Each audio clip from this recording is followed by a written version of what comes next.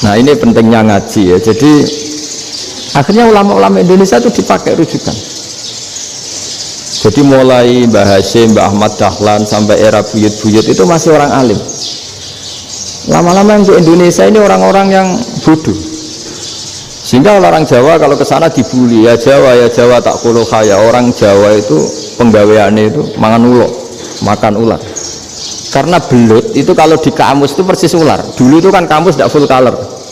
Gara-gara gak full color, gambar belut sama ular itu sama. Belut itu belut sama ular kalau nggak full color gambarnya sama apa enggak? Sama. Terus orang Jawa itu kan masih banyak yang makan bajing itu apa? Ketupai itu. Bajing kalau digambar tidak full color sama dengan tikus. Gambar yang tidak warna hitam putih. Sehingga kita ini dibully pemakan tikus dan pemakan ular. Karena belut itu persis ular kalau digambar yang tidak full color. Sampai datang Syekhona Khalil, datang ulama ngarang kitab ya judulnya Al-Belut, karena nggak terima bangsanya dinyek makan apa? Ular. Terus dikarang wal belut hayawanun bakhriyun, terus ya isu fi kadza wa kadza, itu beda dengan al-hayyah, itu diterangkan mulai bisa nerima. Terus sistem hotel juga gitu. Sama tanyakan dalam sejarah dulu orang Sedayu ada namanya Syekh Mukhtar.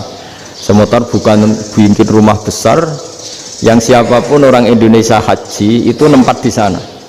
Nah ini yang menginspirasi akhirnya ada hotel. Dulu Syekh Mukhtar hanya menyediakan untuk hujat-hujat Indonesia. Lama-lama jadi hotel. Tidak mau saya mau cerita. Kata Mbah Mun sering cerita. Kenapa wama arsalnaka ila rahmatal lil alamin, kata Mbah Mun, Allah itu pasti bikin ulama yang tidak produk Arab itu pasti ada.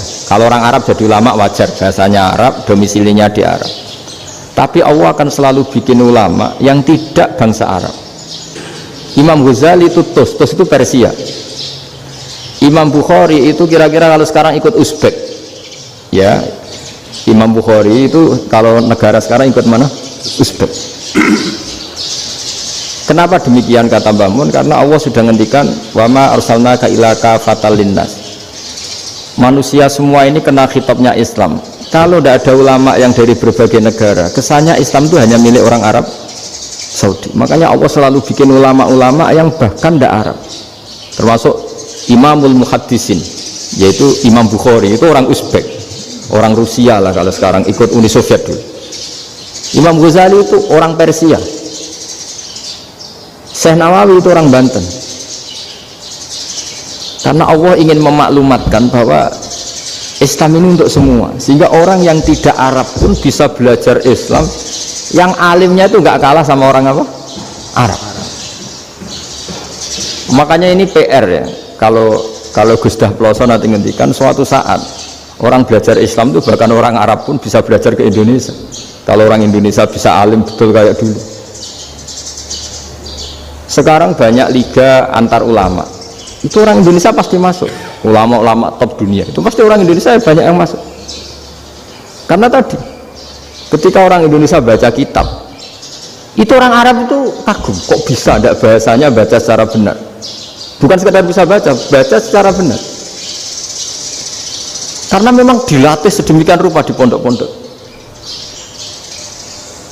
Makanya kita semua lah yang alim di Indonesia itu kemana-mana ya pasti alim.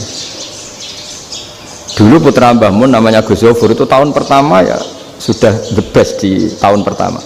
Kalau tahun pertama the best-nya ilmunya bawaan dari sarang, dari keluarganya. Gus Najib mondok di Said Muhammad tahun pertama sudah dipuji sebagai yang teralim karena ya sanggup. Kalau dipujinya tahun ketiga, tahun keempat kan mungkin dapat dari sana. Ini tahun pertama. Seolah lagi tahun pertama. Karena pengajaran di Indonesia itu luar biasa di pondok-pondok ini. Makanya kalau dalam anekdot pondok itu cerita-cerita lucu itu. Ada orang Jakarta ngaji, setelah di kelas itu pelengahan terus. Melihat jendela, lihat pintu terus. Lama-lama gurunya marah. Kamu diajarin kok enggak punya sopan, melihat pintu terus enggak memperhatikan guru ya. Anak Betawinya jawabnya lucu, habis Pak Guru bohong. Kenapa ya?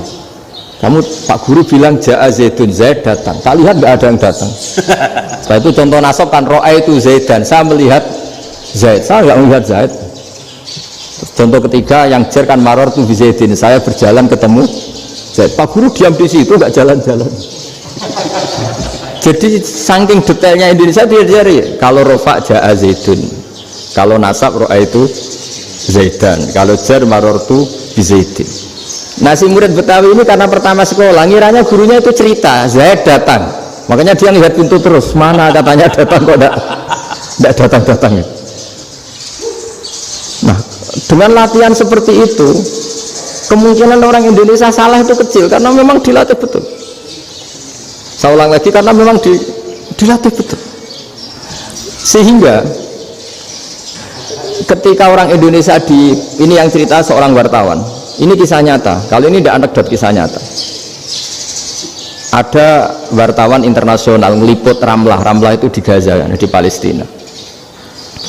Wartawan Indonesia ini hanya bisa bahasa Inggris. Dijak ngomong bahasa Arab, terus dia bilang saya tidak bisa. Saya tidak bisa, saya bisanya ngomong Inggris. Tapi apa yang terjadi setelah sholat, si Indonesia ini jadi imam pakai sholat jariyah lagi. Baca bismillah benar, bismillahi jar karena mudhof ilaih. Terus ketika iktidal ya benar, Rabbana lakal hamdu mil'us samawati wa mil ardi benar. Ketika tahiyat ya benar, at-tahiyatul mubarakatuh sholawat. Sama orang Arab ini diambungi. Orang Arab kalau senang orang itu dicium. Kamu tawaduk, sebenarnya kamu itu ahli bahasa Arab. Karena orang Indonesia sekali sholat itu nggak ada yang salah. Meskipun benarnya karena hafalan, tapi bagi yang ahli nahwu itu hebat. Misalnya kita kalau menghafalkan kan bismillahi, bismi jar karena ba, Allahi jar karena mudhof ilaih, ar-rahmani jar karena sifat, ar-rahimi karena sifat, alhamdu rofa karena mubtada, lillahi jar karena ada huruf jarli, robbi jar karena sifat. Sebetulnya tidak karena pinter, tapi karena hafalan. Tapi orang Indonesia hebatnya itu benar terus. Rabbana lakal hamdu, ya kan, alhamdu rofa, terus mil'us samawati ya rofa karena sifat.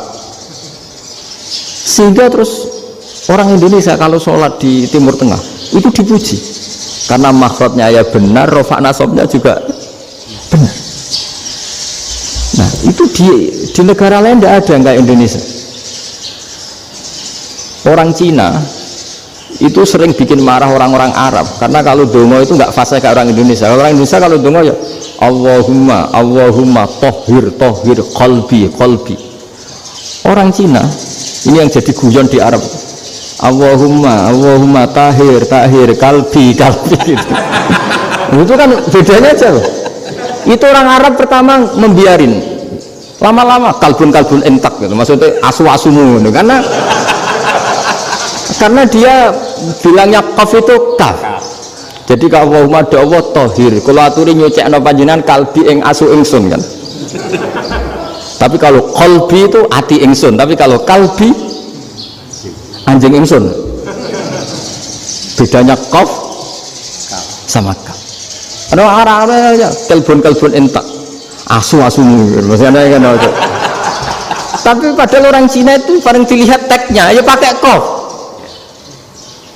Orang Indonesia enggak, mulai kecil dilatih sak fase-fase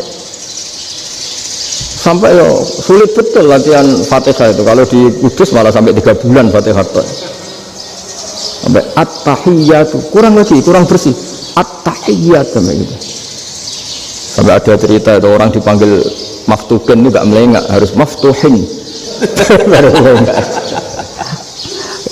Tapi barokahnya itu orang Indonesia kalau dongo memang benar-benar Allahumma tohir qalbi, ya Allah sucikan hati kami, bukan tahir kalbi. Karena sekali jadi kaf itu maknanya anjing saya, ya Allah sucikan anjing. Jadi ini orang Indonesia. Jadi kata Mbah Mun, dawe Mbah Mun, illaka fatal linnas, bahwa agama ini milik semuanya. Itu diantara bukti Allah menghendaki atau mendesain Islam seperti ini, orang yang belajar di Indonesia itu pengetahuannya Islam, pengetahuannya tentang Islam itu tidak kalah sama yang belajar di Al-Azhar, sama yang belajar di Arab Saudi. Makanya ini PR-nya UMM, PR-nya IAIN, PR-nya UIN. Bisa enggak sealim mereka dalam bahasa Arab? Nah, bahasa Arabnya man anta, ana zaidun. Jangan sampai, karena kita di sana ini kadang dibully. Orang Arab itu kalau bully kita, sampai tak kasih cerita, itu ngawurnya Masya Allah. Kata dia, ada anak orang Indonesia haji, si anaknya orang Indonesia yang dijotos sama anaknya orang Arab, dijotos, dipukul. Singkat cerita terus si orang Indonesia nggak terima, anaknya yang orang Arab dipukul, yang balas bapaknya. Orang Arab tanya, lima ada dorobta ibni, kenapa kamu mukul anak saya? Itu orang Indonesia baca, wah aku biasa. Jadi anak bilang gitu. Artinya anak saya dihadai maka tak ada. Arabnya gitu. Anak saya dipukul maka saya balas mukul. Itu orang Arab mantuk-mantuk, oh gitu. Paham? Suatu saat ada orang Indonesia itu sama orang Arab itu dilus-lus itu ya digini-giniin. Karena dia latihan bahasa Indonesia, latihan bahasa Arabnya itu masih mufrodat. Jadi kalau mengartikan yadun itu tangan, saro itu jalan. Jadi kalau jalan ya saro-saro. Roksun itu kepala, ana itu ingsun. Jadi karena dia nggak ngerti penggunaannya, itu bahasa Arabnya itu yadun anta. Jadi bukan yaduka tapi yadun anta, berarti tangan kamu. Saro-saro itu jalan-jalan. Ala roksi anak yang atas sirah ingsun. Jadi mestinya yang benar kan yaduka saro ala roksi atau gitu. Tapi enggak dipotong-potong. Yadun tangan kan, anta kamu, berarti tangan kamu. Saro-saro jalan-jalan. Roksun itu sirah, anak ingsun. Jadi di atas kepala saya. Orang Arab tertawa-tawa. Tapi paham? Maksudnya seperti itu. Jadi kita ini dibully di Arab itu Masya Allah. Jadi akhirnya lahirlah ulama-ulama tadi yang saya sebut tadi. Bahkan pernah lama sekali ulama Indonesia itu jadi master di Arab Saudi, yaitu Senawi Banten. Itu kalau orang sana bilang itu Sayyidu Ulama Il-Hijaz, top-topnya ulama Mekah Madinah. Padahal beliau orang Indonesia dan dimakamkan di Ma'la, itu dekat makamnya Sayyidah Khadijah, karena sangat dihormati. Nah, di antara sebab dihormati adalah ketika orang memahami syahid, maknanya pokoknya maktulal kafir. Syahid itu adalah orang yang kalau perang itu mati di medan perang. Itu Imam Nawawi merinci secara detail.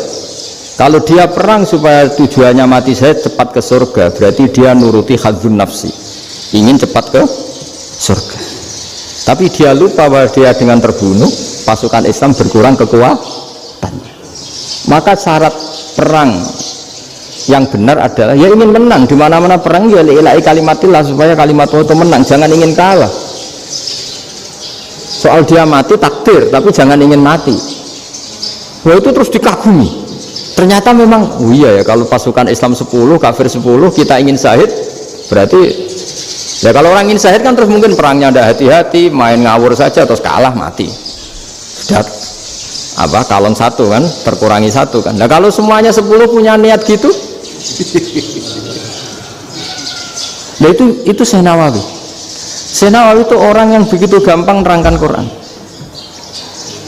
Bahkan ketika orang Arab kesulitan ngartikan famathaluhu kamathalil kalbi intahmil alaihi yalhas au tatrubuna yalhas.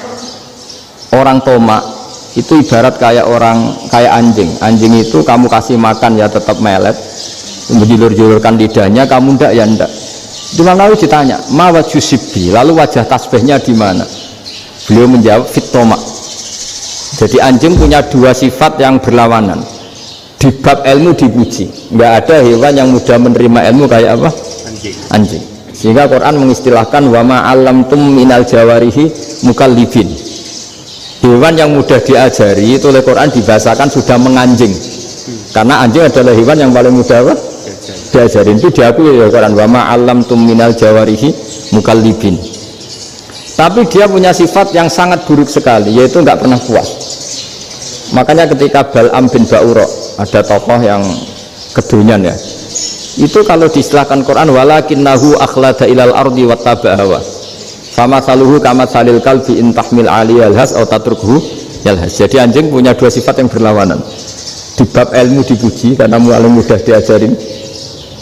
Itu saya pernah ke Malaysia, diceritain sama polisi Malaysia. Anjing itu saking cerdasnya itu bisa deteksi CD palsu sama CD bajakan, asli sama bajakan. Itu kan gak kebayang. Kalau narkoba mungkin masih ada bau khusus ya. Atau mesiu atau bom masih ada bau khusus, ini enggak. Anjing itu dilatih ngecek CD yang asli sama yang palsu. Oh itu kebablas itu pinternya itu. Itu harganya itu 1 miliar lebih, paling mahal. Jadi mungkin bisa deteksi ini dosen betul apa abal-abal itu bisa. Itu kiai betul apa kiai pesanan itu mungkin bisa. Itu saya punya kitab namanya Al-Hayawanul Kubro. Itu cerita prestasi-prestasi hewan. Itu yang berkuras-kuras sampai berjilid-jilid. Itu ya cerita anjing. Tidak ada hewan sebaik anjing. Di bab itu ya, di bab sampai ya tadi ada anjing yang sangat loyal sama majikannya. Loyalnya Masya Allah, sopannya Masya Allah. Anjing itu mbok lama berbakti sama sampean, nggak mau tidur di ruang tidurnya sampean, dia tetap tidur di luar. Corong Jawa nggak ngelama. Suatu saat si raja ini minum, wisata minum. Pas mau minum diterjang sama anjingnya sampai tumpah. Kecewanya raja ini itu karena selama ini anjingnya sopan sekali. Sekedar ganggu di ruangannya nggak pernah, malah ini mau minum minuman yang disukai diterjang anjingnya tumpah. Marah kan anjingnya di mana? Ternyata apa? Minuman itu anjing ini tahu kalau minuman itu beracun, diracuni oleh musuhnya. Itu saking hebatnya anjing sampai ketika ngawal rajanya itu tidak sekedar ada penjahat atau maling, bahkan trik-trik kayak minumannya diracun oleh orang lain itu anjingnya tahu, sehingga pas mau diminum diterjang sampai terus supaya nggak keminum tadi. Makanya Quran istilahkan anjing itu apa? Wa ma'allamtum minal jawarihi mukallibin, hewan piaraan yang kamu ajarin nanti sampai sepinter anjing. Makanya Ashabul Kahfi itu ketika ngajak anjing tadi, beliau tidur, anjing itu tidurnya bil wasit, wakal buhum basitun zira'aihin bil wasit. Jadi dia tidur dalam posisi siaga. Loh, coba anjing itu nggak pernah sekolah, karena dia posisi menjaga, tidurnya itu kayak siaga gini, bukan ngorok semadep ke atas terlentang, itu enggak. Andai kan dia tidur terlentang itu kan yang mau mengganggu kan, wah sunai turu, itu enggak. Dia tidur posisi siaga, makanya disebut lawit tolak ta'alaihim lawalai tamihum firoron. Kalau kamu melihat anjing itu pasti lari karena dia posisi siap merekam. Jadi tidur tapi posisi siap merekam. Jadi matanya tetap terbelalak kayak siaga. Padahal itu enggak diperintah, ya dia memang punya nalar untuk itu. Ini disebut wa ma'allamtum minal jawarihi mukallibin. Dan dalam teori modern juga gitu. Tapi dalam hukum Islam yang dianut mazhab Syafi'i itu anjing tetap najis. Ya sudah, najis ya najis, tapi ada mazhab lain yang mengatakan tidak najis. Tapi tidak usah ngurmat anjing, geger nanti kalau rektor kampus punya anjing. Tapi ilmu itu bagus untuk kelangenan kadang. Andai kan tidak ada mazhab Malik, maka kita kesulitan menceritakan Ashabul Kahfi yang hewan piaraannya itu anjing. Tapi misalnya anjing disucikan, kita juga nanti susah menjelaskan hadis Nabi malaikat itu tidak masuk rumah yang di situ ada apa? Anjing. Maka ilmu itu, makanya kata Imam Sya'roni, sebagian ilmu itu memang kelangenan, tapi nggak boleh jadi praktek. Tapi harus ada. Misalnya begini, contoh paling gampang. Api dalam mazhab Syafi'i kan alat pensuci hanya dua, air dan tanah. Ya saya ulang lagi, air dan tanah, yaitu tanah untuk mensucikan najis anjing. Imam Abu Hanifah menambahkan api. Mazhab Syafi'i itu agak kesulitan ketika ada batu bata dibikin dari tanah-tanah yang bercampur kotoran. Mazhab Syafi'i akan kesulitan karena di situ ada najis yang jadi materinya bata. Hukumnya gimana kalau nanti dipakai masjid?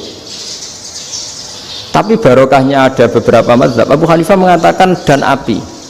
Jadi apa tadi, air, tanah, api. Alasannya masuk akal. ketika usatul mukminin, orang-orang mukmin yang ahli maksiat itu sebelum masuk surga, kalau dia dosanya banyak itu dibakar dulu supaya suci. Emas itu untuk memisahkan dengan materi lain juga harus dibakar. Berarti api termasuk alat. Artinya gini, batu bata yang materinya dari tadi najis sekalipun ini menjadi suci karena mengalami pembakaran. Tapi kata Imam Sa'roni, ilmu ini hanya sebagai ilmu. Jangan sampai kalau kamu mau wudhu gak ada air terus membakar diri, lah ini ribet kan. Jadi ilmu itu sebagian memang untuk kelangenan, karena kita butuh. Andai kan tidak ada mazhab Abu Hanifah, maka kita akan kesulitan pakai bata. Kita tahu cara bikinnya kadang di tempat yang kotor, di tempat yang najis. Tapi karena ini ngalami dibakar, maka hukumnya suci menurut mazhab Abu Hanifah. Dan itu sering ulama itu sampai apa? Saya punya kitab fikih namanya Fardul Masail. Pengandaian ada masalah. Jadi masalah itu belum terjadi tapi diandaikan. Misalnya kayak di Texas. Bumi itu bulat bola. Texas itu kalau dibor itu pas Ka'bah. Lalu kiblatnya di mana?